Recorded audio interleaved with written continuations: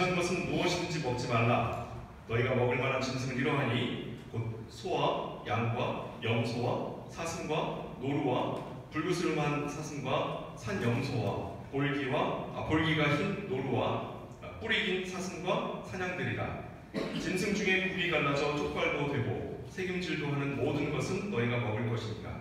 다만 새김질하거나 굽이 갈라진 짐승 중에도 너희가 먹지 못할 것은 이것이니 곧 낙타와 토끼와 사만, 그것들은 새김질은 하나 굽이 갈라지지 아니하였으니 너희에게 부정하고, 돼지는 굽은 갈라졌으나 새김질을 못함으로 너희에게 부정하니 너희는 이런 것에 고기를 먹지 말 것이며 그 상체도 만지지 말 것이니라. 물에 있는 모든 것 중에서 이런 것은 너희가 먹을 것이니 지느러미와 비늘 있는 모든 것은 너희가 먹을 것이요 지느러미와 비늘이 없는 모든 것은 너희가 먹지 말지니 이는 너희에게 부정함이니라.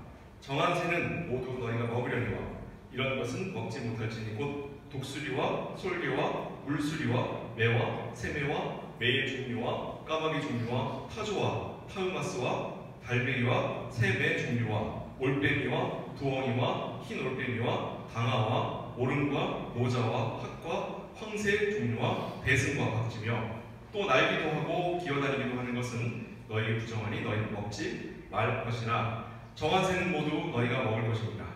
너희는 너희 하나님 여호와의 생민이라. 스스로 죽은 모든 것은 먹지 말 것이나 그것을 성중에 거류하는 객에게 주어 먹게 하거나 이방인에게 파는 것은 가하니라.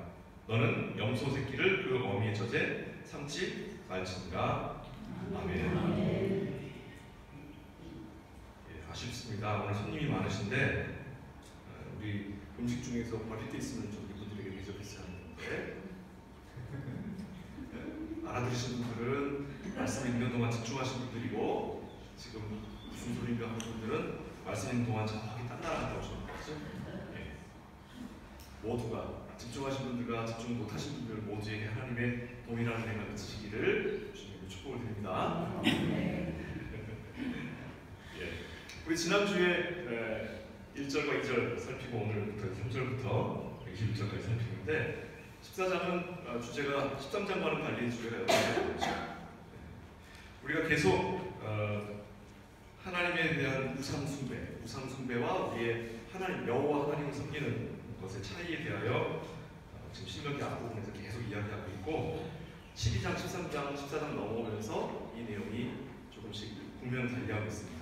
세부적인 항목으로 바뀌고 있는데 이미 앞서서 우리가 이야기한 바를 다시 한번 되새겨보자면 율법의 내용이 하나님의 언약에 속한 방법이기 때문에 하나님의 언약을 맺으시는 방법은 율법과 복음이라고 하는 두 가지 성격으로 있을 때에 율법과 복음은 다름이 없다. 그 내용상 다름이 없다라고 하는 것이 우리가 이미 선지서들을 통해서 우리가 여러 번 확인했습니다. 그런데 그 다름이 없는 율법과 복음이 왜 우리에게 차이가 있느냐 하면 공이 하나님으로부터 나왔기 때문에 차이가 있을 수는 없으나 그것을 받을 수 있느냐 받을 수 없느냐의 문제에 있어서 우리가 죄인이기 때문에 그의 언약인 율법을 우리가 받을 자격이 되지 못한다. 그래서 율법이 우리에게 아무런 기능을 하지 못하게 된 것은 하나님의 말씀에 능력이 없거나 하나님의 언약에 능력이 없기 때문이 아니라 우리가 죄인이기 때문이다 하는 것을 알게 되었고, 그리고 이제 바울의 말씀에 따르면 그것 때문에 이 율법은 고작 우리에겐 초등학교 선생님의 수준밖에는 우리에게 가르치지 못한다. 빨간불이면 건너면 안 되고 파란불이면 건너도 돼요 하면 우리는 빨간불일 때 건너면 안 된다고 알고 있지만 빨간불이고 차들이 없는데 반대편에 어떤 사람이 쓰러지면 파란불 될 때까지 기다렸다가 달려갈 게 아니라 빨간불일 때 우리 달려가야죠. 긴급한 일이라도 일이 생긴다면 그와 같이 우리에게 율법이라고 하는 것은 생명에 관한 보호전, 생명을 위해서 주신 것이기 때문에 율법보다 더 앞서는 생명 보존과 이웃사랑에 관한 가치가 우리에게 주어졌을 때는 사실은 그것은 우리의 행동을 올가매는 것이 아니라 오히려 우리가 사랑, 하나님의 뜻과 하나님의 마음을 읽어내고 그것을 실천하는 데 있어서 우리에게 하나의 동력이 되는 것이다 라는 관점으로 우리가 이미 신명기 앞부분의 이야기를 다 살폈습니다. 그리고 지난주에는 이제 여기 보면 죽은 자를 위해서 자기 몸을 내지 말고 눈썹 위에 이마 여기 털 밀지 말라 이렇게 했었잖아요. 그래서 오늘날에도 우리 막내 같은 경우가 문신하면 어떻게 하냐 물어봤을 때 대뜸 울컥하면서 그건 안 돼 이렇게 나오는데 우리 큰아이가 왜 안 되는데 성경에 어디 나와 있는데 이 녀석은 저 더 잘합니다. 성경에 문신하지 말라는 말 없습니다. 지난주에 우리가 읽은 것 문신하지 말라는 말은 뭐였죠?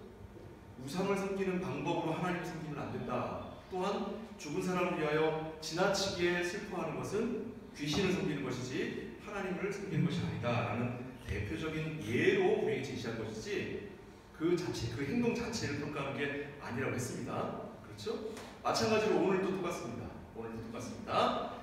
여기에 나오는 많은 동물들이 쭉 나오는데 이 모든 이야기들을 한 방에 뒤집는 말씀이 있습니다. 마가복음을 한번 볼게요. 마가복음 7장 말씀입니다.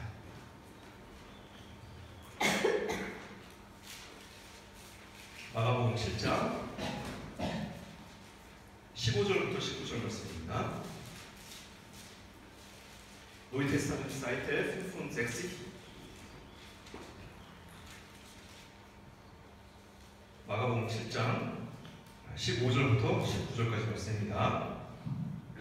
한번 같이 읽어보겠습니다. 무엇이든지 시작. 무엇이든지 앞에서 사람에게로 들어가는 것은 능히 사람을 거룩하게 하지 못하되 사람 안에서 나오는 것이 사람을 거룩하게 하는 것이라 하시고 우리들과 지식으로 같이 제자들이 그를 물어보자는데 예수께서 이르시되 너희도 여기를 거룩하게 하느냐 무엇이든지 앞에서 들어가는 것이 능히 사람을 거룩하게 하지 못하게 하지 못하느냐 이는 마음으로 들어가지 않냐고 배로 들어가 뒤로 들어가느라 이런 거 모든 진술을 깨끗하다 하시니라. 아멘. 예수님의 이 말씀 하나로 신명기 14장의 이 정한 음식과 부정한 음식은 다 뒤집어질 겁니다.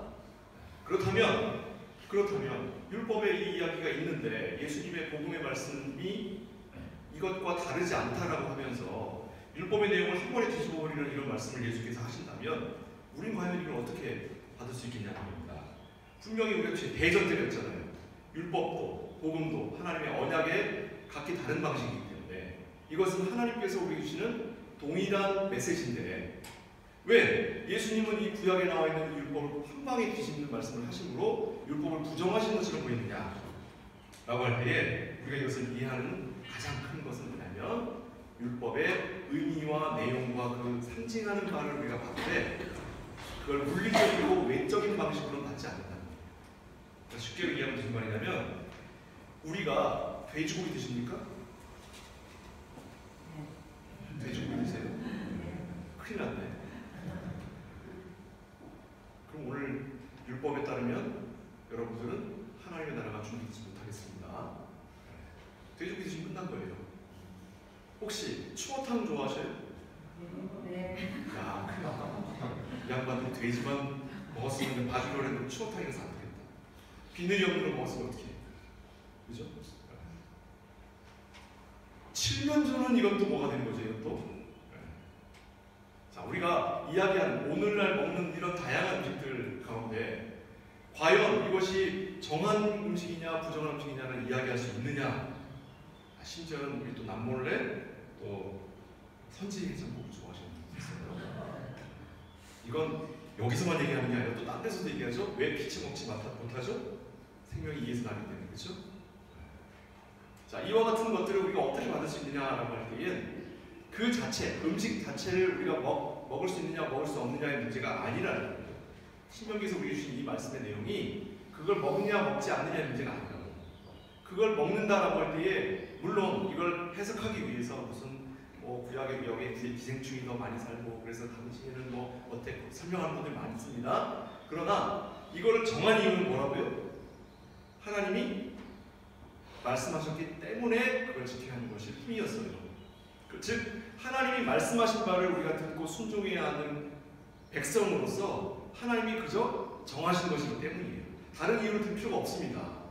하나님이 하지 말라고 했기 때문에 하지 말아야 하는 거고 하나님이 하라고 하셨기 때문에 우리가 하는 것일 뿐이에요.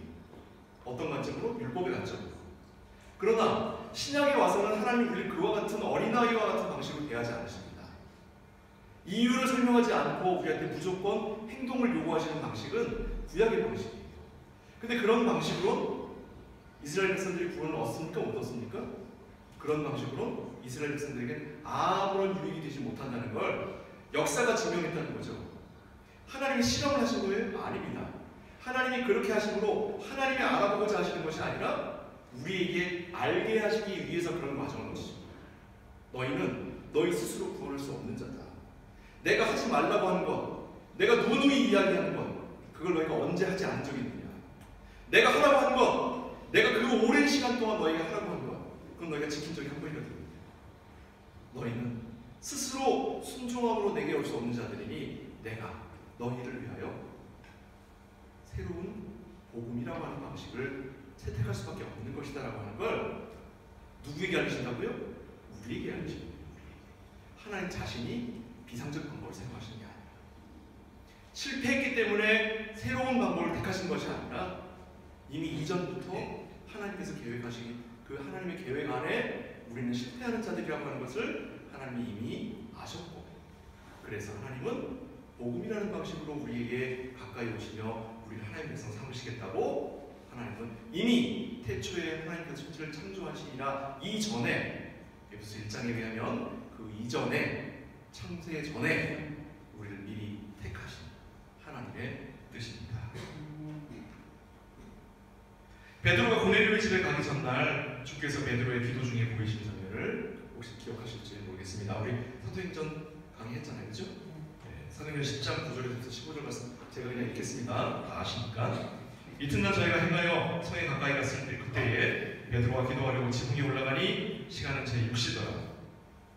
시장하여 먹고자 하매 사람이 준비할 때에 비몽사몽간에 하늘이 열리며 한 그릇이 내려오는 것을 보니 큰 보자기 같고 네 귀를 메어 땅에 들여오더라.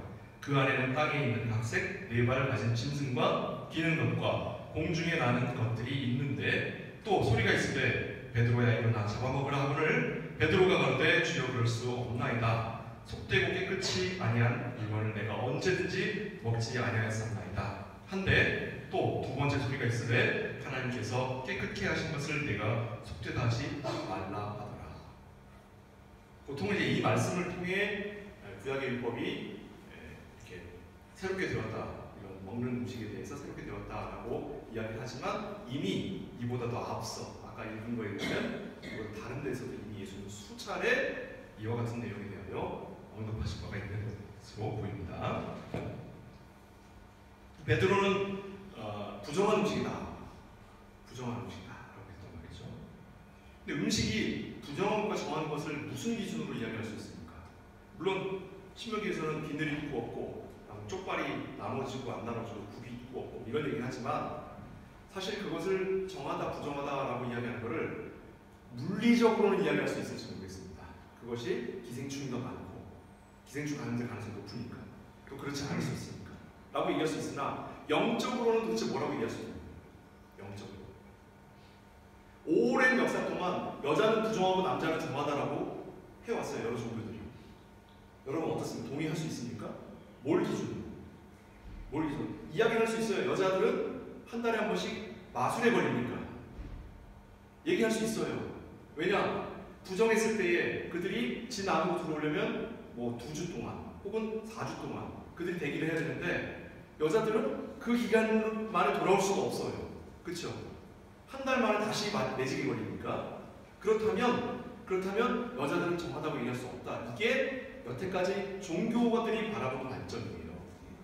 그러나 성경이 언제 그와 같은 것으로 여자들은 하나님께 가까이 올 수 없다고 얘기한 적이 있냐고요. 그렇게 얘기할 수 없는 건 물리적으로는 있습니다. 물리적으로. 그러나 영적으로는 그걸 그렇게 설명할 수 없다는 겁니다. 영적으로는 마찬가지예요. 음식도 그런 거죠. 그렇다면 이 문제를 해결하기 위해서 우리가 이 문제를 해결하기 위해서 정한 것과 부정한 것을 이야기할 때에 그 부정하다라고 이야기하는 것과 동의어로 가증하다라는 말을 쓴단 말이죠. 우리 말씀 조금 앞쪽에 신명기 조금 앞쪽으로 다시 들어갑니다. 신명기 7장으로 한번 가보면 우리 이미 살폈던 부분이지만 신명기 7장 25절 말씀에 이렇게 되어 있어요.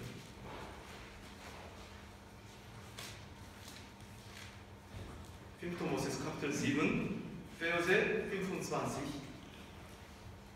신명기 7장 25절에 보시면 너는 그들이 조각한 신상들을 불사르고 그것에 입힌 은이나 금을 탐내지 말며 취하지 말라. 네가 그것으로 말미암아 올무에 걸릴까 하노니 이는 네 하나님 여호와께서 가증히 여기시는 것입니다.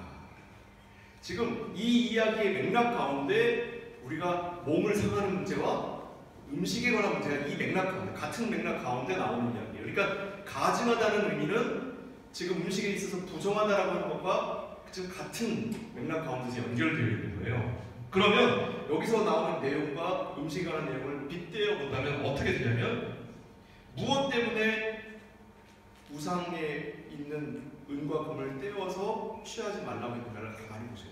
자, 여러분, 우상은 있는 겁니까? 없는 겁니까? 이미 좀 살폈죠? 우상은 있는 거예요? 없는 거예요? 독일어로 사인입니까? 사인이 아닙니까? 사인이 아니에요. 우상은 아무것도 아닙니다. 아무것도 아닌 걸 왜 우리가 두려워해야 되죠? 왜 하나님께서 우리에게 경계하시는 거죠? 그건 없는 건데. 아니, 기독교에 하나님은 계시고 뭐 이슬람교의 알라신이라든가 불교의 부처라든가 뭐 다른 종교의 그런 신들이 있어요, 없어요? 이게 어려운 질문입니까? 우리 교인들은 답하는데 여기 손님들은 답을 못하는데 어떡하죠? 이분들은 좀 분명치가 않은다고. 우리 좀 알려드립시다. 하나님 위에 다른 신이 있습니까? 없습니까? 이건 우리에게 없다는 뜻이에요? 진짜로 없다는 뜻이에요? 진짜로 없다는 뜻이에요? 그래서 거기다 붙인 이름이 뭐예요? 우상이에요. 뭐가 어리석은 거예요? 어리석은 상. 뭐가 어리석은 거예요? 그 신이 어리석은 거예요? 거기에 엎드리는 우리가 어리석어서 우상이라고 하는 거예요? 예? 우리가 어리석어서 똑같습니다. 그와 같은 우상을 우리에게 금하는 이유는 그 신이 무서워서가 아니에요. 하나님이 그 신을 두려워하는 그 신 미워해서가 아니에요. 뭘 하나님이 미워하시는 거예요? 거기에 가서 엎드리는 우리의 마음을 미워하시는 거예요. 거기에 왜 엎드리죠 우리가? 병나게 해달라고, 부자 되게 해달라고, 돈 좀 벌게 해달라고, 우리 자식 잘 되게 해달라고. 그 자리에 누구도 안 쳐요. 우리는 그 자리에다가 우리 인간의 능력은 너무나 놀라워서 하나님을 우상의 자리에다 만들어 놓는 자리예요. 하나님한테 우리 아들 대학교시 하게 해주시기를 믿습니다. 할렐루야. 김 목사가 지금 우상의 자리에 하나님을 앉힌 거예요. 우리 남편 승진하게 해주십시오. 할렐루야. 이게 우상의 자리에다 하나님을 앉혀. 우상은 무엇 때문에 어리석은 겁니까? 하나님의 말씀을 듣는 계시 종교가 아니라 내가 원하는 것을 신에게 요구하기 때문에 어리석은 거예요. 기독교는 계시 종교입니다. 계시 종교. 하나님은 말씀하시고 우리는 듣는 종교예요. 내가 요구하는 걸 하나님이 들어주는 종교가 아니에요. 물론 그 하나님이 힘들고 어려울 때 나의 기대라. 우리 시편에서 읽었잖아요. 그렇죠? 그는 산성이시라. 우리를 대적으로부터 보호하시고 우리가 넘어지려고 할 때 우리를 하나님께서 감싸주시며 우리를 위로하시고 지키시는 분이잖아요. 그렇죠? 그러나 그것은 하나님께서 뜻하시고 하나님이 계획하시고 하나님이 그리하시기로 하셨기 때문에 그리하시는 것이지 내가 요구했기 때문이 아니에요. 내가 요구하면 주시고 내가 요구하지 않으면 주지 않는 분이면 그는 더 이상 하나님이 아닙니다. 그는 내가 만든 우상인 거예요. 그걸 상징하는 게 뭐였습니까? 금송아지였죠. 그죠? 금송아지 만들었고 사람들이 뭐라고 불렀어요? 이는 우리를 애국에서 건져낸 신을 영어로 번역하면 뭐죠? God. 독일어로 번역하면 뭐예요? God. 금송아지 만들었고 하나님이라고 부른 거예요. 우리말 번역이 그게 하나님이 아니라서 이상하죠? 외국어로는 다 하나님이에요. 금송아지 만들었고 그걸 하나님이라고 부른 거예요. 누가 그렇게 하고 있다고? 우리가 그렇게 하고 있다. 우상 숭배는 불교도가 하는 게 아니라 무슬림이 하는 게 아니라 기독교인이 하는 게 우상 숭배예요. 하나님의 백성들이 하나님을 옳게 섬기지 않고 하나님께서 정한 방법대로 섬기지 않고 내가 고안한 방법대로 이렇게 하면 우리 예배당에 좀 이런 거 좀 십자가 이게 삐딱하게 있으니까 십자가 좀 이쪽에다 걸어놓으면 좋겠네. 뭐 이런 거 이런 우리가 생각할 때 어떠하다라고 하는 것들을 고안해내는 걸 뭐라고 한다고요? 자의적 숭배. 골로새서 말씀에 자의적 숭배가 바로 그거예요. 그 자의적 숭배를 라틴어로 뭐라고 번역했다고요? 우상 숭배라고 번역했다고요. 1000년 동안 자의적 숭배라는 말을 번역할 수 없어서 중세 기독교는 그걸 우상 숭배라고 번역했습니다. 그렇기 때문에 우리는 우상 숭배와 자의적 숭배를 같은 뜻으로 받을 수 있는 거예요. 우리가 구원하는 방식. 자, 이것을 하나님께서 가증히 여기신다고요. 이걸. 그렇다면 다시 먹는 문제로 돌아와서 부정한 음식은 왜 부정했을까요? 우상을 섬기는 자들이 그와 같은 것들을 하나님께 드렸기 때문에 그걸 부정하다고 한 것이에요. 하나님께 아니라 자신의 신에게. 그러니까 여기서 하나님께서 부정하다고 해서 가증히 여기시고 먹지 못하게 하신 이유는 뭐냐면 너희는 너희 하나님 여호와를 섬길 때에 우상신을 섬기는 그런 방식을 가져다가 섬기지 말라. 니들이 그것이 경건해 보이지, 니들이 그것이 아름다워 보이지, 그것이 오히려 신을 섬기는 것 같이 보이지. 그러나 너희가 믿는 여호와 하나님은 그런 신이 아니야. 너희의 하나님 여호와는 너희가 어떻게 하나님 앞에 서며 어떻게 그 말씀을 들을 것이며 그 하나님께 어떻게 예배드릴 것인지에 대하여 아주 상세하게 세심하게 너에게 알려주는 하나님이시다. 그러니 눈을 열고 귀를 열고 들으라 해요. 들으라. 우리 기독신앙에 있어서 가장 중요한 것은 듣는 신앙입니다. 그리고 보는 신앙입니다. 예수 그리스도의 생애를 사도들이 초대교회에 설교할 때 가장 먼저 사용한 방식은 오늘날처럼 철학적 방식이 아니에요. 논리적 방식이 아니라 내가 예수님하고 어디 갔을 때 예수님이 이렇게 행하셨을 때에 우리는 이렇게 행했어 라고 그들이 보고 들은 걸 전하는 것 순이었어요. 그것들이 모여서 기록된 것이 복음서입니다. 오히려 우리와 같은 방식의 이런 철학적 방식으로 설교가 시작된 것은 성경의 기록에 있어서 가장 최초의 방식은 스데반이에요. 스데반이 죽기 전에 구약에 있는 내용들을 쭉 열거하면서 그 구약에서 예언된 그 하나님이 그 메시아가 곧 예수다 한 것 때문에 죽었잖아요. 그렇죠? 그러니까 오늘날 목사가 설교하는 방식은 이와 같은 방식이어야 돼요. 구약에 있는 모든 내용들을 통해 계시된 그 하나님의 약속이 예수 그리스도를 통해 우리에게 계시되었다. 그리고 돌마다 죽어야 돼요. 목사님들이 저도 마찬가지로 머리에 기름 바르고 넥타이하고 사람들로부터 존경받으면 이미 뭔가 문제가 생긴 거예요. 지금 우리 안에. 목사는 말씀을 전하는 자는 존중받는 사람들이 아니라 학대받고 멸시받고 버림받는 자들이 와야 하는 겁니다. 원래 그렇게 가는 게 맞아요. 서운하시죠? 목사님들 교회에서 목회하시다가 서운한 거 맞죠? 서운하게 정상인 겁니다. 서운하게 정상인 거예요.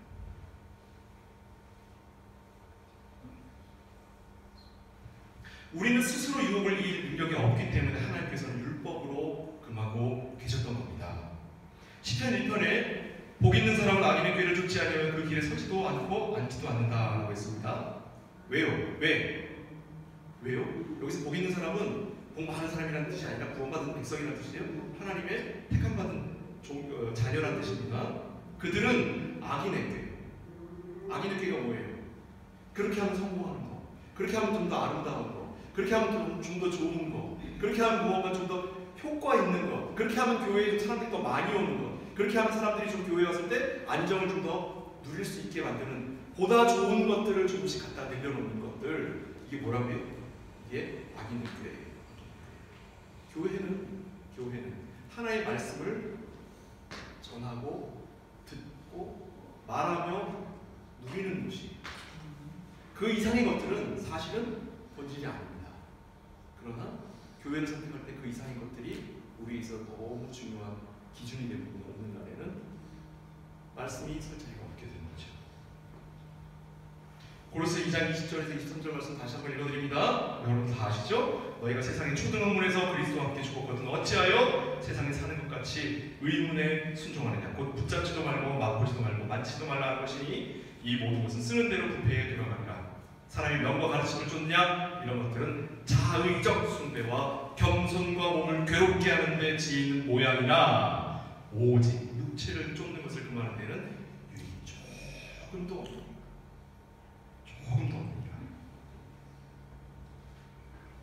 따라서 부정한 음식을 먹어서 부정하게 되는 것은 아니라 그 부정한 음식을 먹고 그 먹기 위하여 행하는 그와 같은 과정들이 우상을 섬기는 모습으로서 우리를 그와 같은 습관이 들리게 하는 것이기 때문에 금하는 거예요.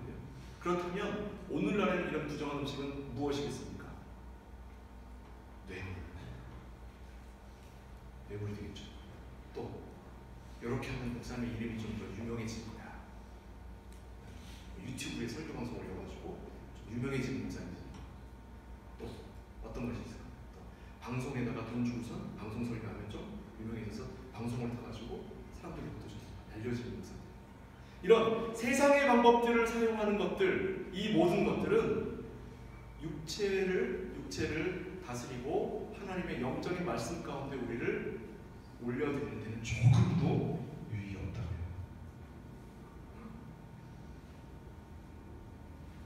그와 같은 방식으로 우리가 말씀을 적용할 수 있어야 합니다. 그것이 곧 오늘날 우리에게 주시는 율법의 자리인 거예요. 물리적 방식이 아니라 영적인 방식이고 그 의미를 우리가 되새기는 방식인 겁니다.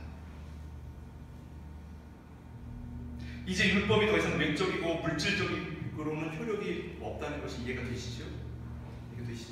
그리고 그것이 영적으로 어떻게 우리에게 적용되어야 하는지도 우리가 깊이 상고해 봐야 합니다. 시간도 많이 들여야 되겠고요. 또 기본적으로 하나님이 주신 또 지혜가 또 있어야 돼요. 그 지혜는 보니까 똑똑해서가 아니더라고요. 똑똑해서 소용이 없더라고요. 뭐가 있어야 되냐면 하나님께서 성령으로 우리와 함께 하셔야 돼요. 이거는 우리가 부정할 수 없는 내용입니다.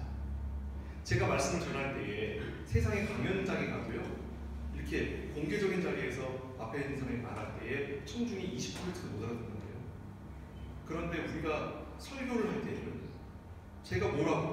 제가 지금 여러분들한테 설교할 때 발명합니까? 제가 뭐 저기 유명한 목사님처럼 막 이렇게 시스템이 있어가지고 싹 들어오는 그런 느낌으로 설교합니까? 제가 그렇지 않죠. 그러나 우리가 왜 설교를 알아듣게 되고 그 설교에 우리의 마음이 움직이는가? 이건 이 자리에 성령께서 함께 하시기 때문인 거예요. 성령을 다른 곳에 찾을 필요가 없습니다. 내가 말씀 가운데 서서 그 자리에서 듣고 그것 때문에 내 마음이 움직인다. 그것 때문에 내 삶이 변화가 있다는 것. 그게 성령의 증거이고 그게 성도들이 찾는 기적인 거예요. 그 이상의 기적이 우리에게 왜 필요합니까? 목사가 천년도서 기도하면 병이 낫는다고요? 솔직히 말씀드릴게요. 제가 목사로서 말씀드릴게요. 그러니까 기도하는 목사도 안 믿어요. 사실 선배들이 그래 왔기 때문에 우리가 그럴 리하면서 하는 거예요. 사실 솔직히 얘기하면 종교계 목사들은 그랬습니다. 안수기도는 직분자를 세울 때만 사용하는 거예요. 병이 나라고 안수하는 거 아니에요. 왜? 이 안수라는 건 내가 나에게서 어떤 능력이 가는 거거든요. 그러니까 선배 목사가 후배 목사를 세우거나 목사의 입장에서 어떤 직분자를 세울 때에 사용하는 방식인 거지, 내 안에 치유의 은사가 있어서 사람을 낫게 한다고요? 여기까지만 하겠습니다.